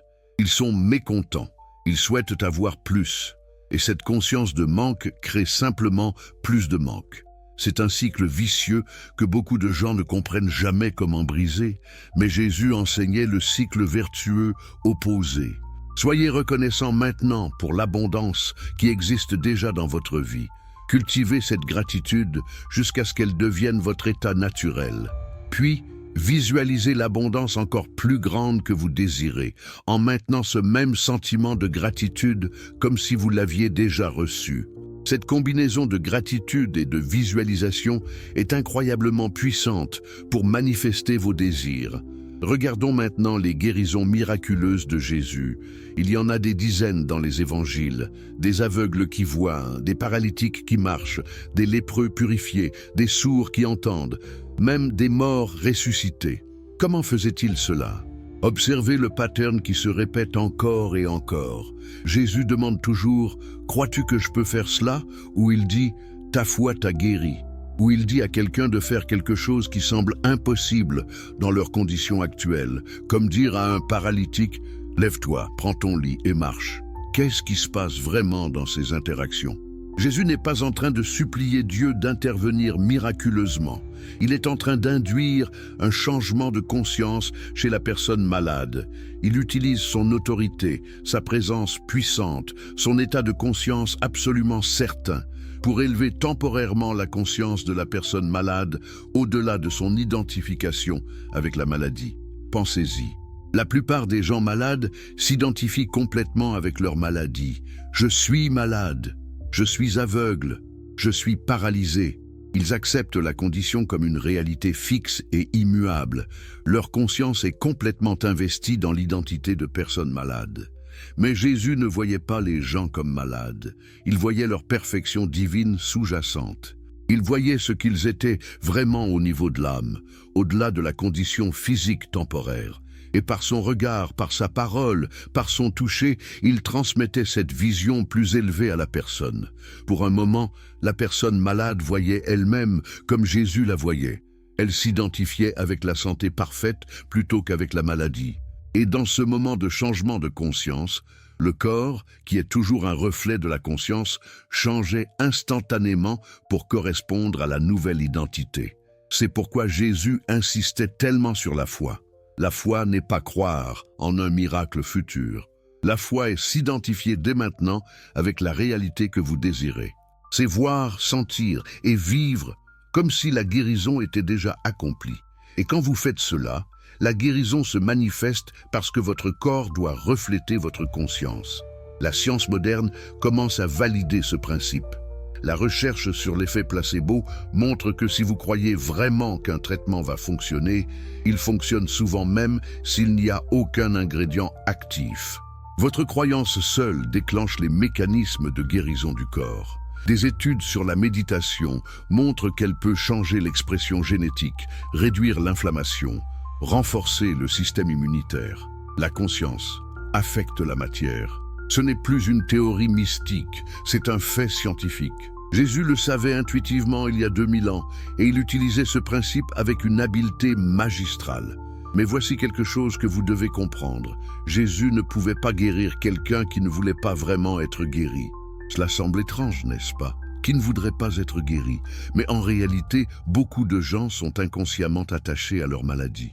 La maladie leur donne de l'attention, de la sympathie, une excuse pour ne pas prendre de responsabilité. À un niveau profond, ils ne veulent pas lâcher cette identité. C'est pourquoi Jésus demandait toujours « Veux-tu être guéri ?» Ce n'est pas une question rhétorique, c'est une question qui force la personne à faire un choix conscient. Et si la personne ne pouvait pas générer suffisamment de foi, si elle ne pouvait pas s'identifier avec la santé même temporairement, alors la guérison ne se produisait pas. Les évangiles mentionnent même que dans sa ville natale de Nazareth, Jésus ne pouvait accomplir que peu de miracles à cause de leur incrédulité.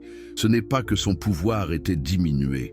C'est que l'incrédulité collective de la communauté créait un champ énergétique qui rendait difficile pour les individus de faire le changement de conscience nécessaire pour la guérison. Cela nous enseigne quelque chose d'important. L'environnement social et énergétique affecte votre capacité à manifester. Si vous êtes entouré de gens négatifs, cyniques, qui ne croient en rien, cela rend beaucoup plus difficile de maintenir votre propre foi et votre vision positive. C'est pourquoi les traditions mystiques ont toujours emphasé l'importance de la communauté spirituelle, du sangha, de se rassembler avec d'autres chercheurs qui soutiennent votre croissance. Jésus créait délibérément cette communauté avec ses disciples. Ils voyageaient ensemble, pratiquaient ensemble, soutenaient mutuellement leur foi. Quand l'un doutait, les autres le soutenaient. C'est le pouvoir du cercle sacré dont nous avons parlé plus tôt. Maintenant, explorons peut-être le miracle le plus controversé et le plus extraordinaire de tous, la résurrection de Lazare. Selon l'évangile de Jean, Lazare était mort depuis 4 jours quand Jésus est arrivé. Son corps était déjà dans la tombe. Sa sœur Marthe dit « Il sent déjà mauvais, car il y a 4 jours qu'il est mort. » Mais Jésus dit « Ne t'ai-je pas dit que si tu crois, tu verras la gloire de Dieu ?» Il va à la tombe et crie d'une voix forte « Lazare, sort !» Et le mort sort, les pieds et les mains liés de bandes, et le visage enveloppé d'un linge. Comment interpréter cela? C'est tellement extraordinaire que cela défie toute explication rationnelle. Même parmi les miracles, celui-ci se distingue. Guérir une maladie, c'est une chose. Renverser la mort après 4 jours, c'est complètement autre chose. Certains sceptiques suggèrent que Lazare n'était pas vraiment mort, qu'il était dans un coma profond ou un état cataleptique, et que Jésus l'a simplement réveillé. Si c'est le cas, c'est encore impressionnant car les médecins de l'époque l'avaient déclaré mort et l'avaient déjà mis dans une tombe. Mais prenons l'histoire à sa valeur littérale pour un moment. Si Jésus a vraiment ressuscité quelqu'un mort depuis 4 jours, qu'est-ce que cela nous dit sur la nature de la réalité et le pouvoir de la conscience? Cela nous dit que même ce que nous considérons comme le plus final, le plus irréversible, la mort elle-même, n'est pas absolue. La mort est une transition de conscience, pas une fin. Et quelqu'un avec une maîtrise suffisante de la conscience peut potentiellement renverser même cette transition. Dans les traditions ésotériques, on enseigne que la conscience ne meurt jamais. Seul le corps physique meurt. La conscience, l'âme, l'esprit continuent d'exister dans d'autres dimensions. La mort est comme enlever un vêtement usé. Vous n'êtes pas le vêtement. Vous êtes celui qui portait le vêtement. Mais si la conscience continue après la mort, alors théoriquement, cette conscience pourrait être rappelée dans le corps si le corps n'était pas trop dégradé et si la volonté de retourner existait. C'est apparemment ce que Jésus a fait avec Lazare. Il a appelé la conscience de Lazare de retour dans son corps. Notez comment il le fait. Il parle avec autorité absolue. Lazare, sort. Ce n'est pas une demande, c'est un commandement. Jésus parle comme quelqu'un qui a totale confiance que sa parole sera obéie. Et elle l'est. Mais voici une question fascinante. Lazare voulait-il revenir? Imaginez que vous êtes mort, que vous avez quitté le corps, que vous avez peut-être expérimenté des dimensions de paix et de lumière au-delà de ce monde physique. Et puis, soudainement, vous êtes rappelé dans le corps avec toutes ses limitations et ses souffrances. Serait-ce vraiment une bénédiction? La tradition chrétienne ne pose jamais cette question, mais c'est intéressant d'y penser. Peut-être que Lazare avait encore du travail à faire dans ce monde. Peut-être qu'à un niveau d'âme, il avait accepté de revenir pour servir de témoignage du pouvoir de Jésus. Quoi qu'il en soit, cet événement a eu un impact énorme. Beaucoup de gens qui le virent crurent en Jésus, mais les autorités religieuses, les pharisiens et les grands prêtres furent terrifiés. Ils réalisèrent que si Jésus continuait à accomplir de tels miracles, tout le peuple le suivrait et Rome pourrait intervenir pour écraser toute rébellion potentielle. C'est ironique, n'est-ce pas? Jésus démontre le plus grand miracle possible, vaincre la mort elle-même. Et la réaction des autorités religieuses n'est pas l'émerveillement ou l'adoration. C'est la peur et le désir de le détruire. Pourquoi? Parce que son pouvoir menaçait leur pouvoir. S'ils pouvaient accomplir de tels miracles, qu'est-ce que cela disait sur leur propre spiritualité? Cela révélait qu'ils n'avaient pas de véritable connexion avec le divin malgré toute leur position et leurs rituels. Donc ils conspirent pour le tuer, et non seulement lui, mais aussi Lazare. Pensez à cela. Ils veulent tuer Lazare, la preuve vivante du pouvoir miraculeux de Jésus. C'est de la suppression pure et simple de la vérité. Ils préfèrent maintenir leur système de pouvoir plutôt que de reconnaître une réalité qui le remet en question. Cette dynamique se répète à travers toute l'histoire. Chaque fois qu'un véritable maître spirituel émerge avec des enseignements authentiques et des démonstrations de pouvoir réel, les institutions établies se sentent menacées et cherchent à le supprimer. C'est ce qui est arrivé à Jésus, c'est ce qui est arrivé aux gnostiques, c'est ce qui est arrivé aux cathares, c'est ce qui est arrivé à d'innombrables mystiques à travers les siècles. Mais la vérité ne peut être supprimée indéfiniment. Elle continue de ressurgir encore et encore, à chaque génération, attendant ceux qui ont des oreilles pour entendre.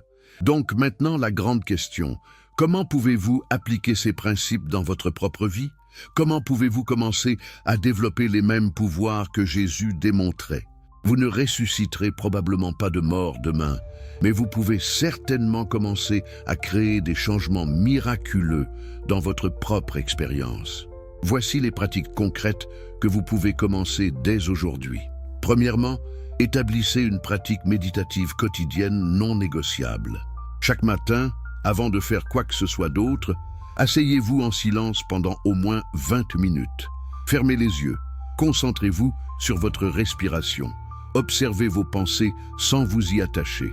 Cette pratique simple fait plusieurs choses cruciales. Elle calme le bavardage mental constant qui vous maintient piégé dans la conscience ordinaire. Elle crée un espace entre vous et vos pensées, vous permettant de reconnaître que vous n'êtes pas vos pensées. Elle vous ancre dans le moment présent, qui est le seul moment où le pouvoir créateur est disponible. Et progressivement, elle vous ouvre à des dimensions plus profondes de conscience. Ne sous-estimez pas la puissance de cette pratique simple. Les maîtres spirituels de toutes les traditions l'ont pratiquée.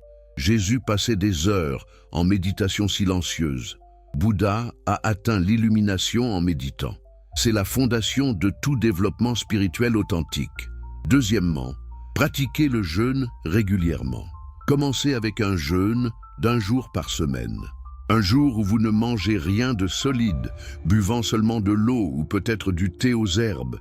Utilisez ce jour pour la méditation intensive, la contemplation, la prière. Si vous ne pouvez pas jeûner complètement pour des raisons de santé, alors faites un jeûne partiel. Mangez très légèrement ou jeûnez de certaines choses comme le sucre, la caféine, l'alcool. L'important est de créer un espace de purification et d'élévation. Pendant votre journée de jeûne, jeûnez aussi de négativité. Pas de plainte, pas de critique, pas de jugement. Pas de nouvelles négatives ou de divertissements violents. Remplissez ce jour de contemplation du divin, de gratitude, d'amour. Troisièmement, pratiquez la visualisation créatrice quotidiennement. Choisissez quelque chose que vous désirez vraiment manifester dans votre vie. Cela pourrait être la guérison d'une condition de santé, l'abondance financière, une relation aimante, l'accomplissement d'un objectif important. Asseyez-vous confortablement. Fermez les yeux et créez une image mentale détaillée de ce désir déjà accompli. Voyez-vous vivant cette réalité.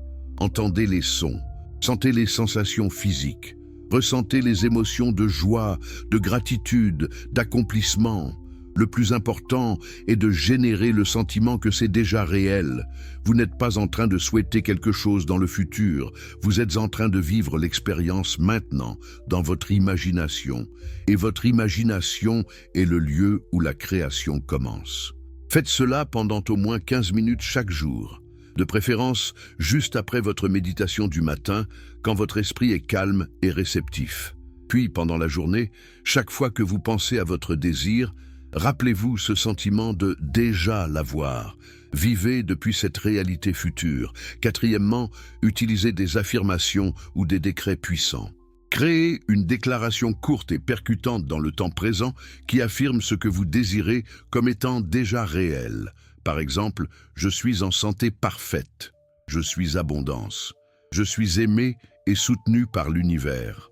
3 fois par jour, de préférence matin, midi et soir, répétez votre décret à voix haute 3 fois. Chaque répétition devrait augmenter en intensité émotionnelle et en conviction. Vous n'êtes pas en train d'essayer de vous convaincre de quelque chose que vous ne croyez pas. Vous êtes en train de vous connecter avec une vérité plus profonde qui existe déjà au niveau de l'âme.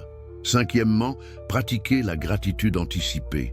Commencez chaque journée en remerciant pour les bénédictions que vous avez déjà et aussi pour celles que vous désirez, comme si vous les aviez déjà reçues. Merci pour ma santé parfaite. Merci pour l'abondance qui coule dans ma vie. Merci pour les relations aimantes qui me soutiennent. Cette pratique de gratitude pour ce qui n'est pas encore manifesté physiquement est incroyablement puissante. Elle aligne votre conscience avec la fréquence de l'avoir plutôt que du manquer. Et l'univers reflète toujours votre fréquence dominante. 6e, purifiez votre ego progressivement. Cela est peut-être le plus difficile, mais aussi le plus important. Observez vos réactions émotionnelles pendant la journée. Quand vous vous sentez en colère, identifiez la peur sous-jacente qui cause la colère. Quand vous vous sentez jaloux, reconnaissez le sentiment d'insuffisance qui nourrit la jalousie. Quand vous jugez les autres, réalisez que vous projetez vos propres ombres. Chaque émotion négative est une porte vers une croyance limitante inconsciente. Utilisez vos réactions émotionnelles comme des enseignants, vous montrant où vous devez guérir et grandir. Ne supprimez pas les émotions, ne les jugez pas. Observez-les avec compassion, comprenez leurs messages, puis relâchez-les consciemment. Ce processus de purification de l'ego est graduel et continu. Vous ne deviendrez pas parfait du jour au lendemain. Mais chaque jour où vous travaillez consciemment sur vous-même, vous devenez un peu plus clair, un peu plus aligné, un peu plus puissant comme créateur conscient. 7e, trouvez ou créez votre cercle sacré. Connectez-vous avec au moins 1 ou 2 autres personnes qui sont sur le même chemin spirituel. Réunissez-vous régulièrement, même si c'est en ligne, pour méditer ensemble. Partagez vos expériences, vous soutenir mutuellement dans votre croissance. Le pouvoir de 2 ou plus consciences alignées est exponentiellement plus grand que le pouvoir d'une conscience seule.